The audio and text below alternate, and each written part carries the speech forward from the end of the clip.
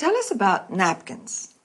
They're usually sold as a coordinated set with tablecloths. She's not supposed to use paper napkins, I suppose. Oh, it's considered a bit crass. You can use paper napkins for picnics.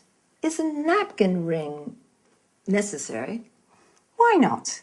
In the past, each family member would have one, either of wood or engraved silver. Today, they're available in many materials and styles. Now, what about dinnerware? I think that a set of one-colour dishes would be very smart. Round plain plates, a side plate, and serving dishes are perfect. What about glassware? The best for formal dinners is a long-stemmed goblet of medium height. Lynn will need a wine glass, a water glass, and a flute for champagne. And cutlery. How do you arrange forks and knives? Forks are placed to the left of the plate. Spoons and knives to the right, with the blade facing the plate. At the top of the plate, you place dessert forks and spoons. Of course, carving forks and knives are necessary when serving roasts. I see. How do you feel about centerpieces? Well, a basket filled with fresh flowers would smarten the plainest of tables. You can also use candles. It's a real work of art. Yes, and a pretty setting makes food taste better. Thank you, Lisa, for this informative chat. It was a pleasure. Now, let's see which term Lisa used to talk about table setting. First of all, she said there are different kinds of table coverings. A tablecloth is what we use to cover the table with during meals. Placemats are individual settings for more informal meals. Table runners are long and narrow pieces of fabric which can hold several places. A centerpiece can be placed in the middle of the table, usually with fresh flowers as decoration. If you want to protect your table from stains or heat, you better place a protective padded cloth under the tablecloth. A napkin is what we use to wipe our mouths with while eating. Today, paper napkins are rather convenient, but don't use them when Lisa is invited. A napkin ring is a ring of different materials, fabric, wood, silver, which allows people to identify their personal napkin during family meals. Now, let's go to dinnerware or dinner service, also called crockery. All plates, side plates, or serving dishes used for meals. Glassware refers to glasses that can be wine glasses, water glasses, or flutes used to drink champagne.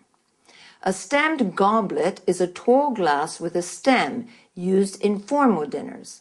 Cutlery, commonly referred to as silverware, refers to forks and spoons and knives. Serving forks and spoons are used to serve food from the serving dish. That's all for this time. See you again next week. It's the new frontier of retailing. It's revolutionized the way we do business, and it brings in customers from all over the world. Of course, I'm talking about e-commerce. I'm Eric Brown, and this is Let's Talk, the discussion program with our commentators, Tom and Marie. Good evening, everyone. Good evening. Well, what are your thoughts on e-commerce? Do you buy things online? Of course I do. I always book low-cost flights, and I also buy DVDs and books on the internet, as most people do. I shop online not only for the convenience, but also to pay the lowest price possible on any given item. I used to visit different websites to shop around for the lowest price, but now that automatic comparison shopping is possible, my browser automatically shows me the prices for the same DVD at different online stores on the web. I can easily compare prices and choose which one to buy. Marie, did you know that you're a typical online shopper? In fact, 52% of online shoppers buy books, 41% buy leisure and travel items, including holidays and flights, and 40% buy DVDs and CDs. Well, Eric, online shopping is very popular today.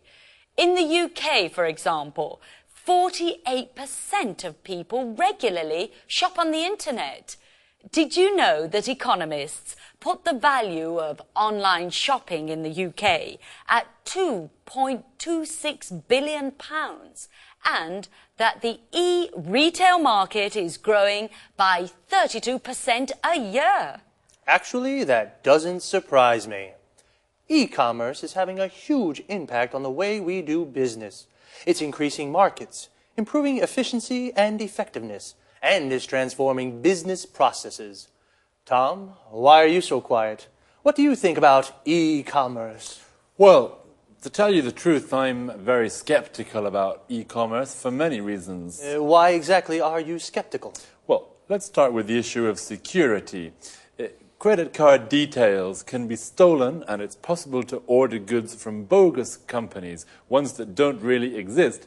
There are also lots of scams to trick people into handing over their login details for online banking, and then their accounts are emptied. So, according to you, buying things online is risky. Yes. Also, you can't be sure you'll get the goods you ordered, and if there's something wrong with them, who pays for the goods to be returned? You do. Tom, I agree with you, but up to a certain point. There are some problems with e-commerce, but these problems aren't stopping people from spending more and more online. At the same time, e-commerce has many advantages for business people. Could you explain some of these advantages, Marie? Well, it's cheaper for a retailer to set up a website than it is to rent a shop, fit it out, and pay someone to work there. Besides, a website has global reach, so customers can come from all over the world. Okay, an interesting discussion. But I'm afraid, yet again, we've run out of time. Once again, I'd like to thank our commentators. Thank you. Thank you. And goodbye to everyone. And see you again next week for another edition of Let's Talk. The topic today was e-commerce, electronic buying and selling. More specifically, we spoke about e-retailing and online shopping. Retailing is the selling of goods directly to consumers. Consumers are the people who buy goods. Online means with the internet.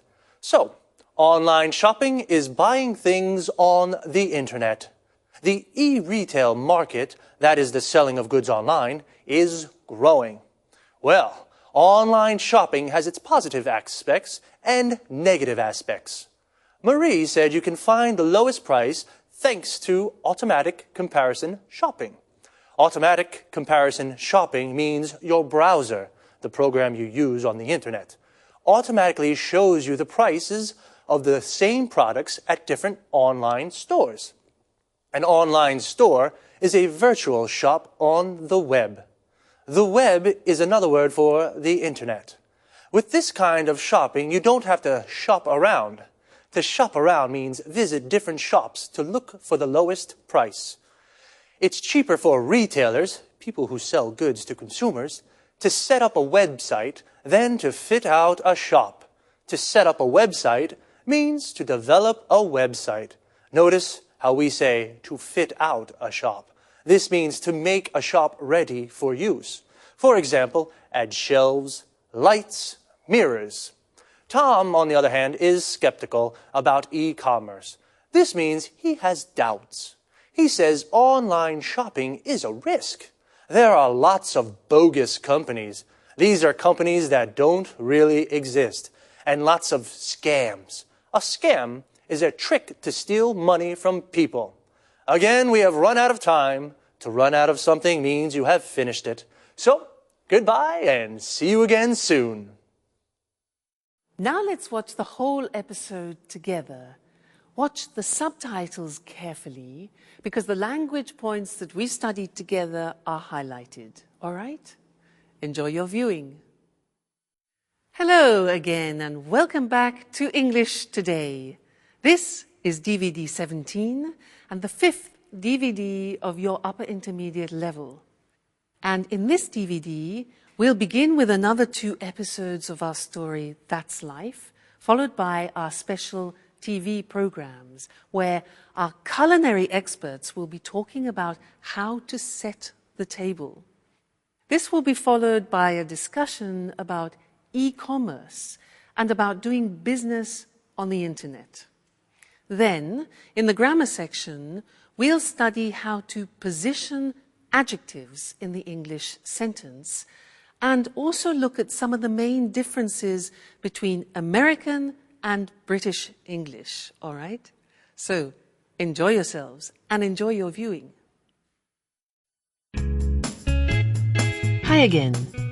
And in this lesson, I want to introduce you to some of the differences between British and American English, especially the differences in vocabulary, so that when you're traveling around, you won't be surprised if you hear these differences.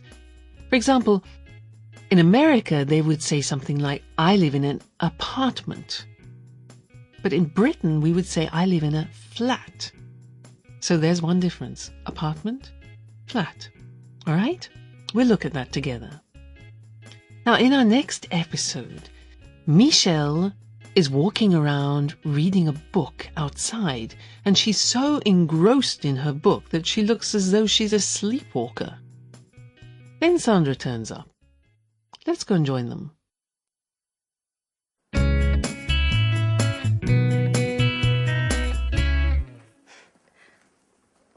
I knew it. It couldn't have been different. Watch out! Oh, God. Did you hurt yourself? Oh, no. You should watch where you're going. Oh, no. Oh, no. I'm just walking into things. You know, I'm a bit absent-minded. Oh, when I was a kid, I was always falling over. I was always covered in bruises. But, oh, excuse me now.